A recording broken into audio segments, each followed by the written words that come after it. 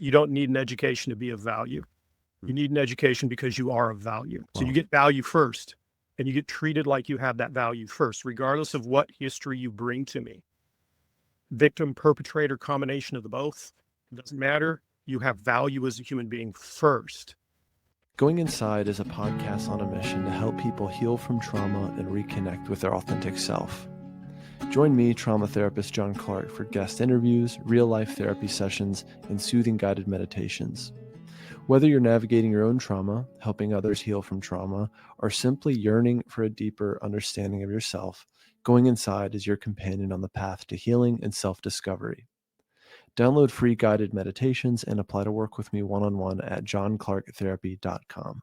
Thanks for being here. Let's dive in. Tim Amaral is an award-winning adult educator and teacher trainer from Salinas, California. He specializes in the teaching and application of trauma-informed practices, social-emotional skills, and needs-based responsiveness for use in the classroom, in the workplace, and in the home. He's the creator of the self-led learning model. You can find out more at selfledclassroom.com. Tim, thanks for being here. To my memory, you were referred by Mel from IFSCA Stepping Stones. She's been on the show twice now. And yeah, anyway, what else should people know about who you are and how you got here? Somebody actually asked me this the other day when I was training this. What is your background? It's a little bit of a mashup. On a professional level, I'm a credentialed teacher in the state of California. I just retired in February after doing 32 years in the classroom. I also, simultaneous to that, ran a martial arts studio for 32 years. They're staggered. So my retirement in the martial arts world happened before my retirement in the classroom. And then last but not least, I also spent 10 years working for the Breakthrough Men's Community, which is a nonprofit down in Monterey County. And it's dedicated to healing, recovery, and support. And it's in that space where I first learned the model that I started to embed in my classroom. And then my very good friend, Bob Falconer, whom I met there, introduced me to IFS. And the two models parallel each other really well. And I started to be a little bit more concrete in the application of the material from IFS in the classroom. Dick Schwartz found out about what I was doing and then put me in touch with a whole lot of other folks who are interested in getting IFS into schools. And in 2018, I started to train other teachers. And in 2020, I launched the business, and that's where I am today. Awesome. I have so many questions, and also we have quite a bit of overlap. Bob has been on the show almost 4 times now, so he's a friend of the show and like a favorite of the show, really. People always like when he comes on. And I myself am a lifelong martial artist. I've also worked in schools. Early in my career, I'm in the Bay Area, and I've worked in San Francisco for years doing classroom stuff as a mental health clinician and behavioral therapy type stuff, juvenile probation, you name it. What kind of martial arts, by the way? Kempo karate. So Ed Parker's American karate. Oh, okay. I have a black belt in Kempo. Wow. 12 years. We may have to talk after the podcast. A small world. Yeah, it's really interesting. So this has been a culmination, a career in education, and now bringing some of the core concepts from IFS into educational settings, it sounds like. That's exactly it. So I worked with an extremely traumatized population. I spent my career after I left special ed where I started. I spent the last 32 years in adult ed. And in adult ed, I was working with the HiSET GED, which is high school equivalency program, getting folks their diploma. And what I realized is that all of the trauma that was occurring in our students' lives in the regular K-12 system, by the time those students reached the world, landed in my class, the room was super saturated with trauma. Quite a few years ago, I had done the ACEs survey, and I did it probably with about 150 students over a couple of years. And we averaged 7.3 out of 10 ACEs in the classroom. So that tells you that I had many students who had all 10 ACEs. And then when we shifted the language a little bit away from that sort of Kaiser study, insurance-based language, and made it more relevant to the lives of my students, what we saw was that it just pushed the needle all the way over into red across the board. And it made me think, okay, we really need to be doing something about this. And as I started to embed those things in the classroom, the big shift in my students' lives was they had always graduated from my class, but after they graduated, there was still this sort of recidivism thing because I work with a lot of students who are in prison, Mhm. coming out of prison or going into whatever it may be. They're part of the institutional world. And so I would still see them end up in the headlines 2 or 3 years after they left my class, and I thought, "We're missing something. We're getting the academic stuff taken care of, but the other part we're missing." So as I started to be a little bit braver about embedding that material in there, it really moved that dial completely. And I really felt like we were onto something in that room that made it terribly effective and sustainable over the long haul. Tell me more about what you all learned in terms of what students need in order to be successful in the classroom. Most of us educators walk into the classroom really well versed in our content area, right? We've been students our entire life, and we become this sort of professional version of that when we walk into the classroom. That does not make us any good at dealing with the social dynamics that occur inside the room. It makes us great at following lesson plans. And I'm saying following very specifically because it doesn't make us great at designing lesson plans. So one of the things that I started to attend to is as I started to understand when the martial arts world, we pay attention to rhythm, we pay attention to breath, body posture. We're looking for cadence. We're looking for all sorts of nuance that sits below the really obvious level of how to do the technique. And the more centered you are as you're moving into that space in the ring, the higher likelihood that you're going to have a positive outcome at the end. So I started to mash this all up together and I started thinking about the being the self in the system and being centered when I walk into the classroom and what is it that I bring. So as I started to visualize this, I thought I need to redesign my lesson plans. This is really problematic if I'm only focusing on content. That makes me a technician as opposed to an artist. And I need to be an artist when I'm working with my students. So by bringing the self to the center of the experience, so we're grounded, we move through time and space solidly, we stay focused and engaged, and in particular, responsive to the love and belonging needs level on Maslow's pyramid. That was really the critical thing, is that every time need popped up in that space, we were responsive to it in the classroom. And it worked like the hinge around which everything else pivoted. Yeah. So it kept the door open for my students as I became more centered and more sensitive to need at the social level, and I could be responsive to it. It meant that my students could stay more connected to self until they learned how to bring self to the system. And they would be much less dysregulated. They'd be much less blended with parts in the class. Yeah. And if they were blended with parts, they were blended with self-like parts, which is in teacher land, that's going to be perfectly fine. So as it turned out, that sort of love and belonging level was the critical piece of the Maslow's pyramid because so much of education is about the esteem level, right? How we're going to measure the thing we can do to get proficiency. But that real intense charge, particularly for my students who've experienced trauma, it's all around attachment. So if I stay centered and present, they can attach to me, they can attach to themselves, and then boom, we take off. I want to introduce you to our sponsor for today's episode, Jane, a clinic management software and EMR that helps you handle your clinic's daily admin tasks so that you can free up your evenings and weekends. The Jane team understands how precious your time is and recognizes that charting can often be the most time-consuming part of your practice. That's why they're here to help. To save you from having to start your chart notes from scratch, you can check out Jane's template library, which gives you access to templates that have been generously created and shared by health and wellness practitioners in the community. Once you have a template you like, you can choose to customize it further with charting tools such as range scales, text fields, check boxes, and more. To see how Jane can help you spend more time doing what you love, head to the link in the show notes to book a personalized demo. Or if you're ready to get started, you can use the code JOHN at the time of sign up for a 1-month grace period applied to your account. First of all, I'm really glad you're on the show. I'm really glad I'm meeting you right now because I have been thinking more and more about education as I get older. I think about my own educational past. I have a 5-year-old now who's moving through her education and starting to navigate these systems. So that's bringing up a lot of my own stuff.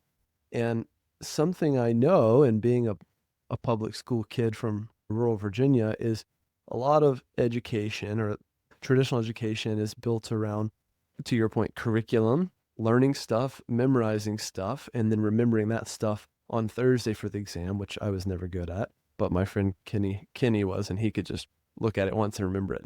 So he was deemed as smarter than me, right? In the classroom, he was a better student. He was smarter than me because he could do that, and I couldn't, or at least it didn't come naturally to me to do that. Not to mention I had no motivation to do it. The material had no meaning to me or my life, and I had a hard time stuffing that into my brain for no reason as a kid and a teenager. And then for teachers, a lot of it is around, curriculum, standardized tests, and classroom management, quote unquote, which is almost like a loaded term. It's like behavior management, which means like managing these little kids that are almost like they're against you. It's like teacher versus students in a way. And to be honest, that was the feeling that I had a lot of times in classrooms growing up. And in reality, I remember the absolute worst teachers and the absolute best, and not much in between. But those that stand out, like they really stand out vividly today. Yeah. May I respond to? Please. So what I'm hearing is these moments where the big people who were in charge of the experience dropped the ball in terms of attachment, right? So every time we've got that shaming dynamic that's inherent in the difference between kids who would get it even without a teacher, and then kids who need the teacher to break the material down in a way that's more relatable to real life. The child who doesn't get the attachment moment mastered by the adult who's in the room gets abandoned in that process. So I will have people who are literally tattooed from fingertip to forehead, gang tattoos like you wouldn't believe. They're in my room, and I reassure them. I say, I'm not going to abandon you guys in this process. You don't have to have that fear. You have the right to make me earn my paycheck like so badly I go home and complain about you to my wife. If my wife knows your name, you're going to graduate and it's going to be great. Trust me. So you have my permission to do that. And I won't abandon you in that process. So no matter how many times it takes me to figure out a way to express this idea to you, I get paid to do that. And you should feel comfortable demanding it of me until I can deliver. And so that's the social contract that we're going to meet in class. I will not abandon you in this process. And that statement, I won't abandon you in the learning, will make those guys weep. They will actually literally cry in the classroom saying, nobody's ever said that to me in my entire life. And so what you sense is the saying that we have is, it's not the math, it was never the math. It was just never the math. It was the fact that the teachers who were in charge of us as little kids left us behind. It reminds me of the whole No Child Left Behind era, or what that was intended to be about, but maybe missed the mark. I don't know. Yeah. On paper, it sounded great, right? Yeah, it sounded really good. The PR around the it. truth is, there's a whole lot of wounding that we have that's non-obvious, right? Mm-hmm. There are these moments where the child is reaching out and the proto-parent, the para-parent is non-responsive to the child reaching out. Yeah. So what I train my teachers to do is to spot that moment of need and then respond to it, particularly with what we call the 5 A's: attention, affection, appreciation, acceptance, and allowing, from the work of David Rico. So that's the toolkit that we have for that social contract, the attachment moment. But prior to that, I let them know, I say, you don't want to just design your lessons relative to the content.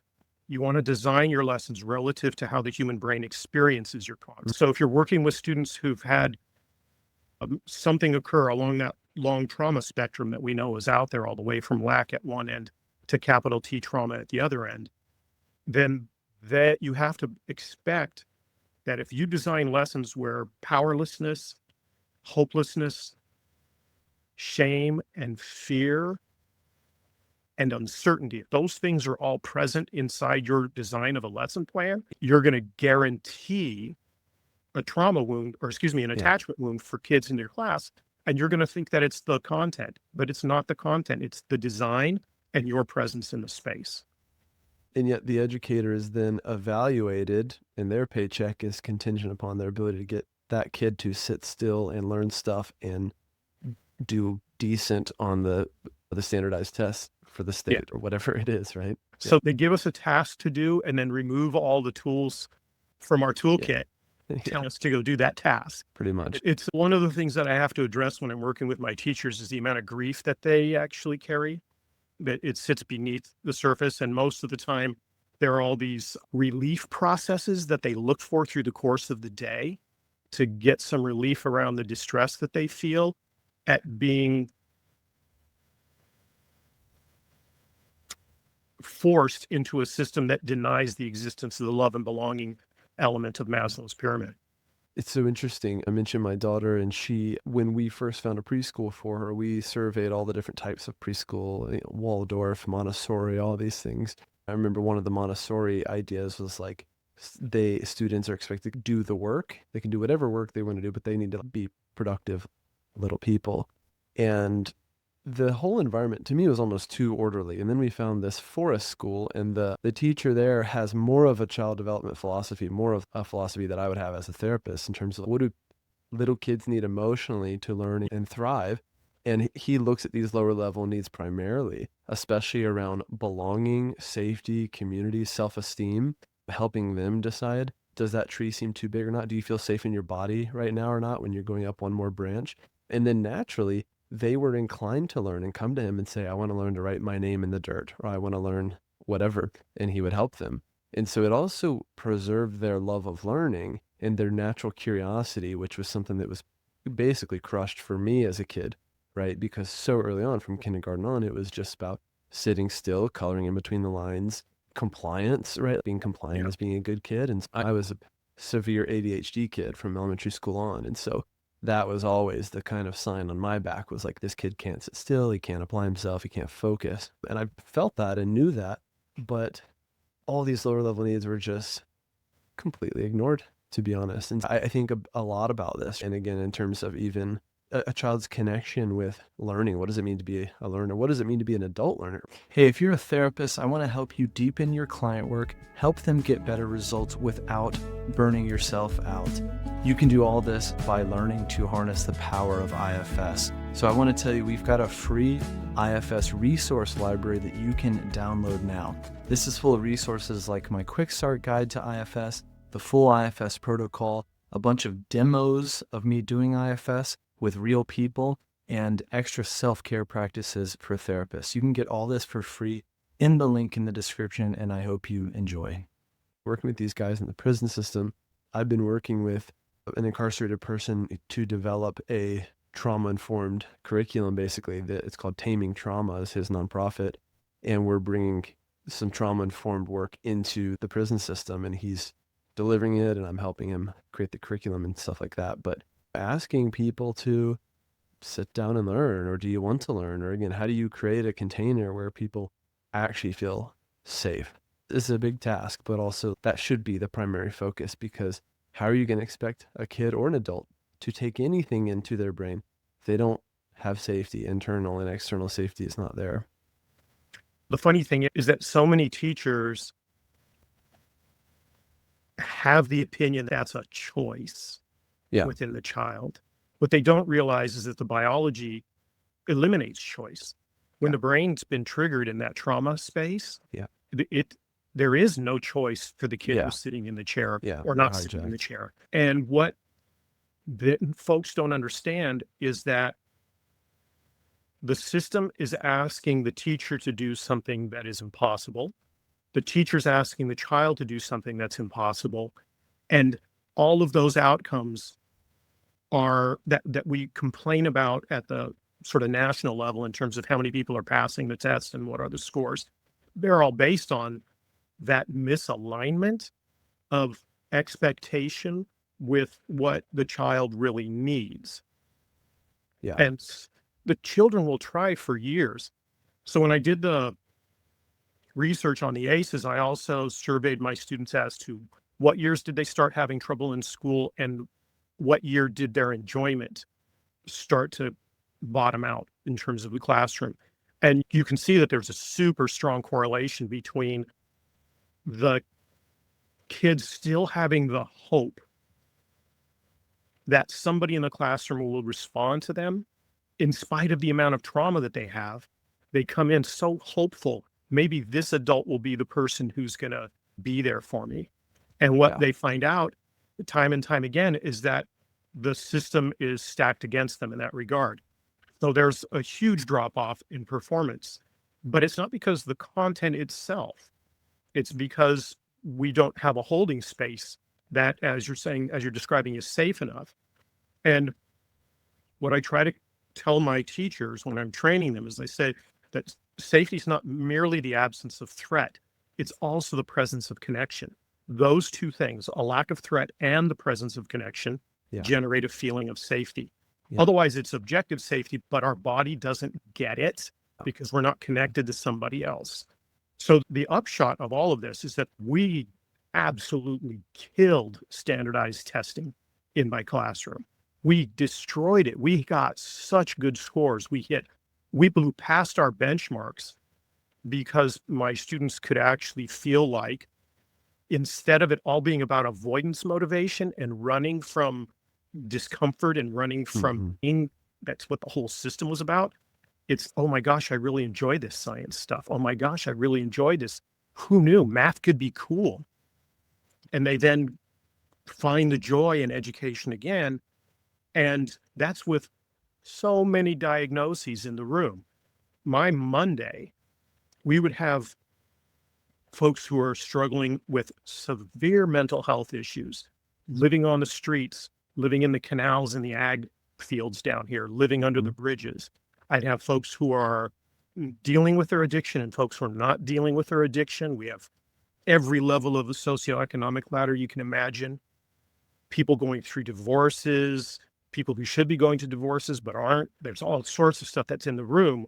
And it's in that space that we build a sense of community and love and belonging, to the degree that I would, for years, have opposing gangs represented in the classroom sitting next to each other and taking care of each other, not just being neutral, but literally taking care of each other, to the degree that they would walk up to me afterwards and would say, everybody out there knows this is sanctuary.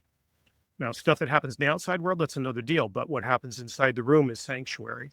Multiple times we had that. So we really tapped into that love and belonging energy. And what we found was there was a reservoir of malnutrition or malnourishment in that space.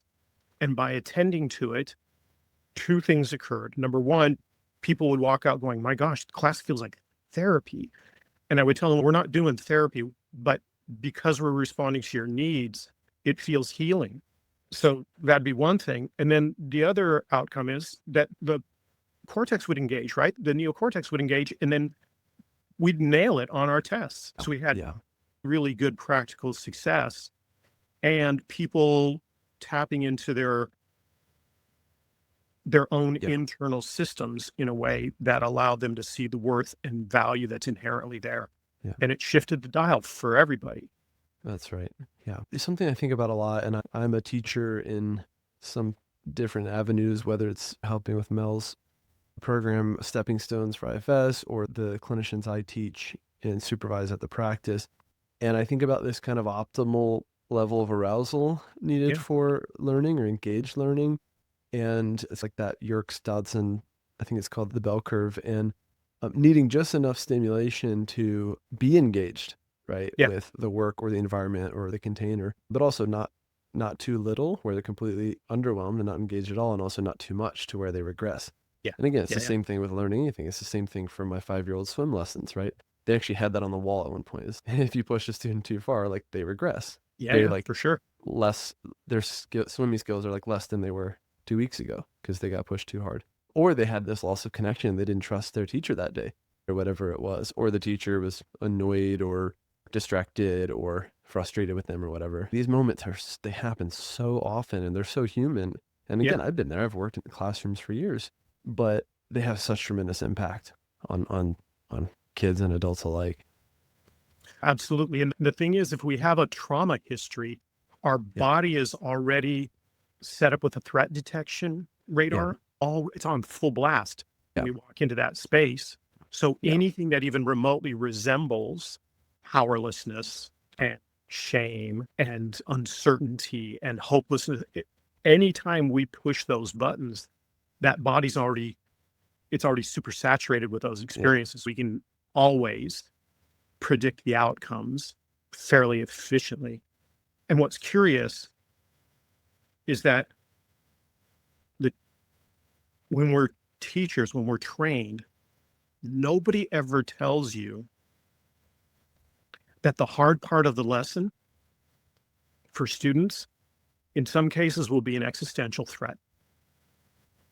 And so quite often we just blast through the moment where things are going to be hard. We've pushed their system too far.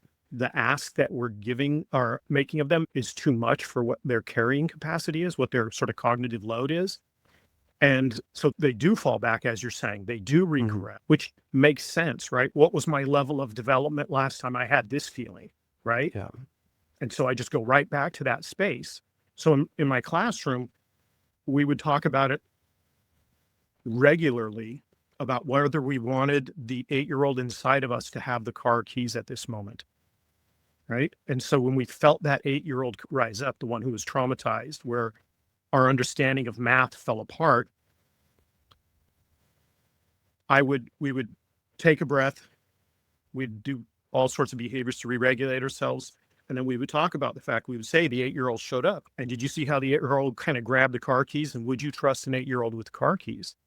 And I don't want you to get into the habit of like shaming yourself and punishing yourself.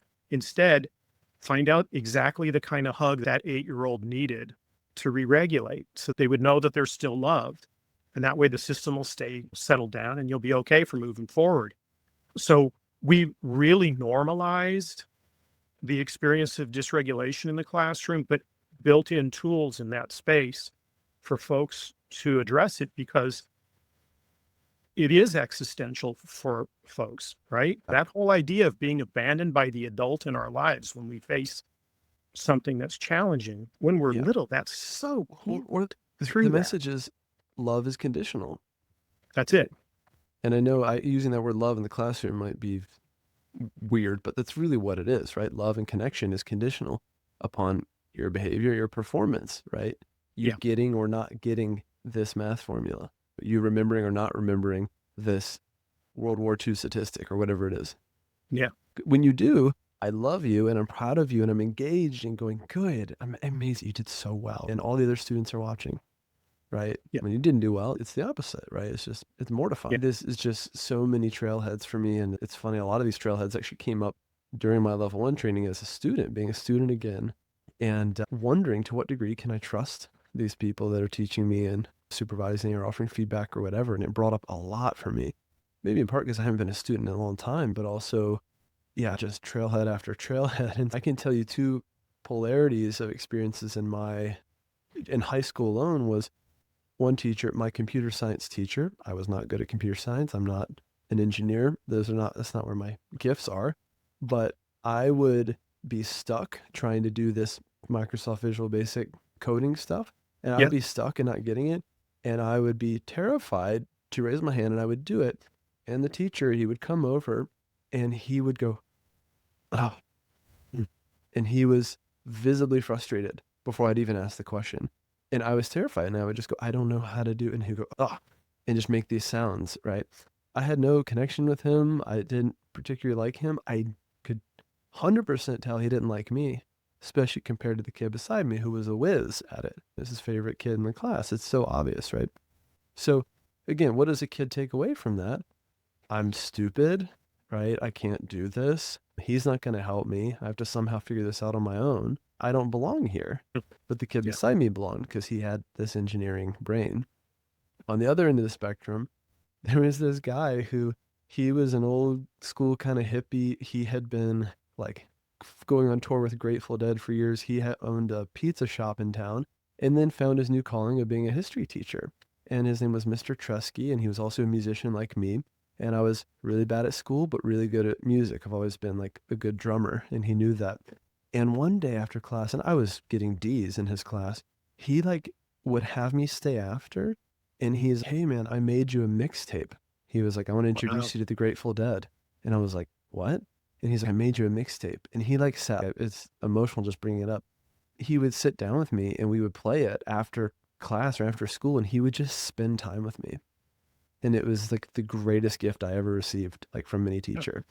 And it wasn't contingent on anything. It wasn't like you sat still so you get a mixtape, or you did whatever so you get a mixtape, or you get love and connection. It was just like, he liked me. I'm sure he knew I was having a hard time. I'm sure he was also at my IEP meetings where 10 adults were talking about me and how problematic I was. And of course, paradoxically, the more I had that connection, I started to do a bit better in history because I was safe and had this love from him and connection, and it wasn't contingent. I might get a D and I would still get another mixtape, or just get that time with him after class, both being wounded and healing at the same time from two different teachers in two different classrooms. But there you go. It's so much about that principle. As teachers, we can't do therapy, right? We're not licensed, and we shouldn't, because we're not. And yet you're the first line of defense in most communities. Yeah, it's funny that you say that, because I actually tell my teachers when I'm training them that you're like the MASH unit.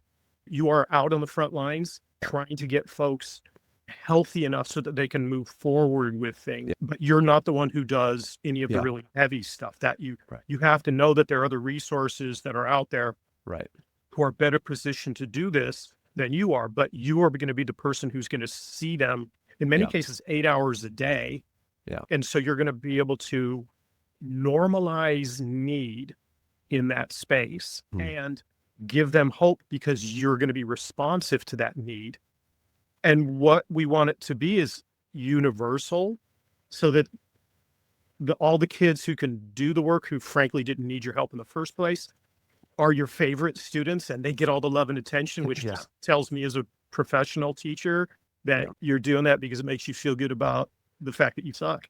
Right. And you're not really going the extra mile to work with the students who really do need your support. So with that in mind, this was the sort of the phrase hanging over the doorway in my classroom. You don't need an education to be of value. You need an education because you are of value. So you get value first, and you get treated like you have that value first, regardless of what history you bring to me. Victim, perpetrator, combination of the both. It doesn't matter. You have value as a human being first, and we work out from there. And so you don't need to be performative in order to get those love and belonging needs met in the room. You need to be human. That's what you need to be. You need to have been born, and you get treated with love and belonging. And so, because that's our baseline in the classroom, that's the very bottom level that we're working with. That normalization of need means that students who are high need students, that the system never could respond to beyond the level of the individual teacher who could like really color outside the lines, right? In that space, we've made it really systemic, so everybody really feels, oh gosh, I'm okay here, whether I can do it or whether I can't do it. People are still going to love me. That's profound. Tim, on one hand, I feel like, gosh, your work is so needed. On the other hand, there's parts of me that are disheartened, because it must feel like swimming upstream at times, because it's like education, especially like public school education, which is my experience, is you're working in the system and you're trying to change the system from the inside out. It's a sister-in-law who's a high school teacher. She said a student got a poor grade on their writing assignment, And and I said, yeah, what happened? And she said, I just sat down with them and I worked with them and I said, do you want a chance to correct this? Do you want a chance to try again? And I was like, what? That's an option? That wasn't never an option for me growing up, but what a gift that would have been. And she Right. teaches at a private school where they can do whatever the hell they want. Yeah. It's more this like liberal arts college kind of moment of we're just trying to help you learn to think critically. It's not about the carrot, which is like the A, the B, the C, the D. But anyway, I'm so glad you're doing the work you're doing. And also, man, God bless you for doing it, because the systems are hard to change, but someone's got to do it. It's funny.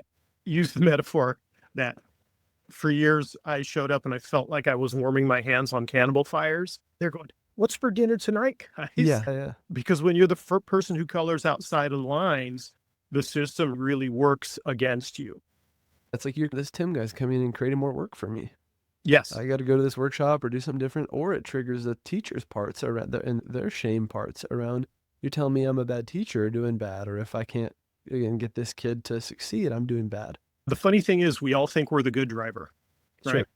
Sure. And yet when you look out on the road, you see all kinds of stuff happening and the outcomes are quite often really messed up. Traffic moves, but it moves in a way that is very painful for most people who are in it. And so I think the classroom is the same way. It's very painful for almost everybody who's in it, both teacher and student. And most of the adults who are managing it think they are the best driver on the road. And yet those outcomes show that something is wrong.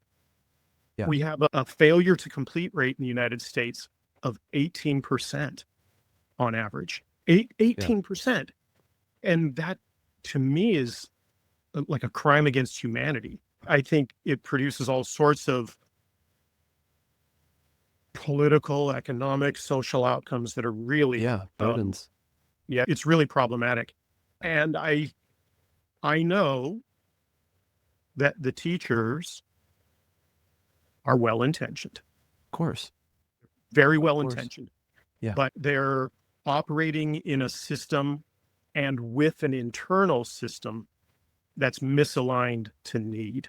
That's right. Somehow we're out of time, which it's my fault because I screwed up on the tech this morning. It just means we're going to have to do a Bob Falconer part 2, 3, and 4. All right. I would love to have you back genuinely, because education has come up a few times on the show with other guests. Just we've stumbled our way into it or trauma dumped my childhood, my school trauma, and the guest is, oh, wow. Okay, sure, John. So anyway, I would genuinely love to have you back to just keep building this conversation, because there's just so much more to talk about here. And it's so foundational to how do adults become the adults they become? And how do they pick up the burdens they picked up? How did I pick up these worthlessness burdens from my computer science teacher, right? So it's just so formative, the most formative experiences of our lives and relationships of our lives, for better or worse. So I'd love to have you back sometime. In the meantime, how can people learn more about you and your work and how you help? The easiest way, if they want to reach out to me, is just find my website, selfledclassroom.com. One of the things that I will be doing in June with Mel up in IFS Canada is we're going to be putting together a 3-hour workshop for folks who have curiosity around this. And what will be really nice is that Mel's going to be co-leading with me on that. So awesome. If anything comes up that's really very specifically about Therapy Land, I have a fabulous professional at my side who can take it at that level, because though I know lots of stuff, I often don't go where I don't belong. So I teach what I know and what I'm licensed to teach. That's June 27th. And if they go to my website, selfledclassroom.com, they can find it on upcoming events and click the link to register. I also will be presenting really all over the United States in a variety of venues. And if somebody would like me to present for their schools, for the community, because I do this for communities as well. So parents, particularly homeschool parents, will have some information that will be helpful for them. They're just welcome to reach out to me on the website, and the answer is always going to be yes. Awesome. You're a man on a mission, that's for sure. Love it. Right. Thanks again. We'll put links to that in the description, and then I can't wait to have you back. So thank you again for your time. I look forward to it, and thank you for having me, John. It's very much appreciated. You got it. Talk to you soon. Thanks for listening to another episode of Going Inside. If you enjoyed this episode, please like and subscribe wherever you're listening or watching, and share your favorite episode with a friend. You can follow me on Instagram, YouTube, and TikTok at John Clarke Therapy, and apply to work with me one-on-one at johnclarketherapy.com. See you next time.